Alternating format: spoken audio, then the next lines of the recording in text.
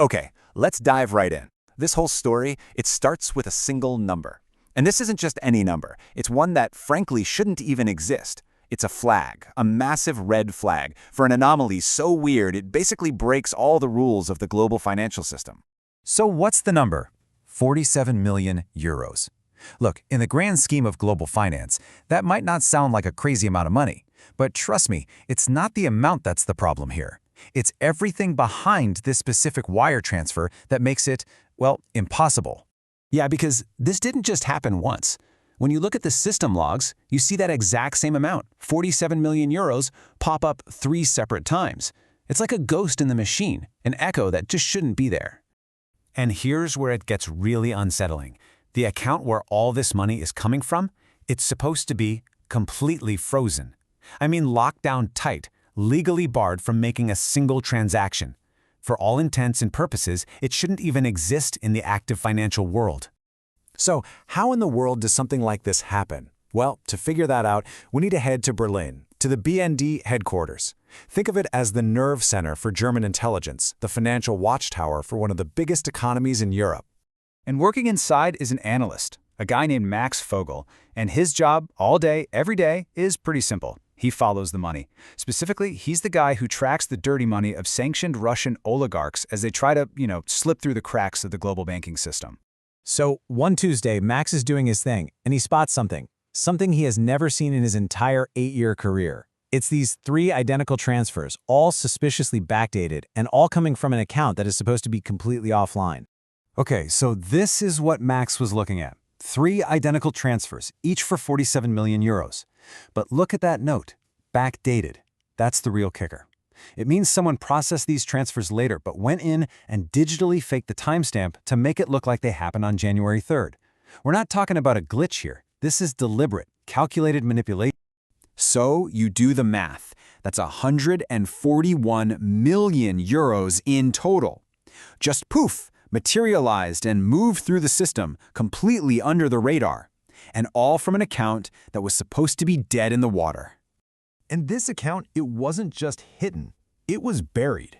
Think of it like a Russian nesting doll of deception. It's got 3 different layers of shell companies on top of it. Each one is just a digital smokescreen designed to make tracing the money back to its real source almost impossible.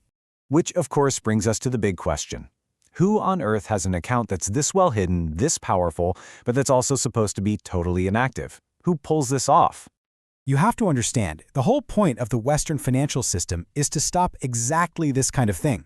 When someone gets sanctioned, it's supposed to be a total digital lockdown. All their assets get frozen, and they're legally booted from the system. Game over. And yet, the digital trail, it all points to one guy, Dmitri Volkov. This is an oligarch who is so deep under sanctions that people in the intelligence world actually call him the phantom oligarch. He's supposed to be a ghost, a guy who couldn't move a single penny if he wanted to. And let's be really clear about what that means.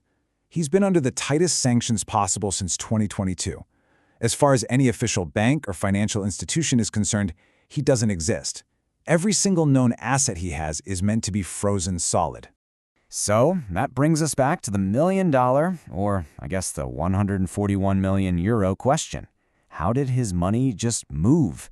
How is that even possible? Well, for a frozen account to suddenly spring to life, there has to be a weakness somewhere. Maybe it's an insider, someone on the inside of a big bank who can just override the security flags. Or maybe it's a smaller bank in a country that doesn't really care about the rules, acting like a secret backdoor. Either way, it tells you one thing. The lockdown isn't as tight as we think. Someone, somewhere, left the door open. And all of this lands right on Max's desk. Suddenly, he's got a huge choice to make. This isn't just about numbers on a screen anymore. It's about what he's going to do about it. He's basically at a crossroads. He can follow procedure, right? File the standard report, keep his head down, stay safe. But he knows there's a huge risk this whole thing just gets buried in paperwork. Or he can pull the thread, start digging on his own, off book, which could risk his whole career. But maybe, just maybe, he'll uncover what's really going on. And Max has been doing this a long time. He knows how the game is played. He knows that sometimes procedure is just a fancy word for making inconvenient things disappear without a fuss. His gut is screaming that this isn't just some clever oligarch finding a loophole. No way. An operation this smooth, this bold, it has to have protection.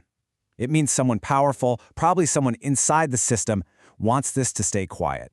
So what are the real stakes here? If he goes against the rules and starts pulling on this thread, where does it even go? Well, there's a golden rule in his line of work. The truth always follows the money. You don't need a confession when you can see the wire transfers. The money trail will eventually lead you to the truth, no matter how deep someone tried to bury it.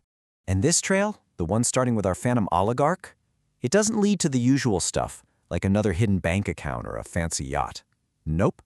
This one goes somewhere much, much bigger. Could it be that this money is somehow connected to the heart of Ukrainian peace negotiations? Is it possible that 141 million euros from a ghost oligarch is secretly bankrolling back-channel talks? Is this dirty money actually being used for some kind of greater good? Or is it something much, much darker? That's the thread Max has to pull now. But it leaves a bigger question for the rest of us, doesn't it? If the system is this easy to break, how many other phantoms are out there moving money in the shadows? And what, or who, are they really controlling?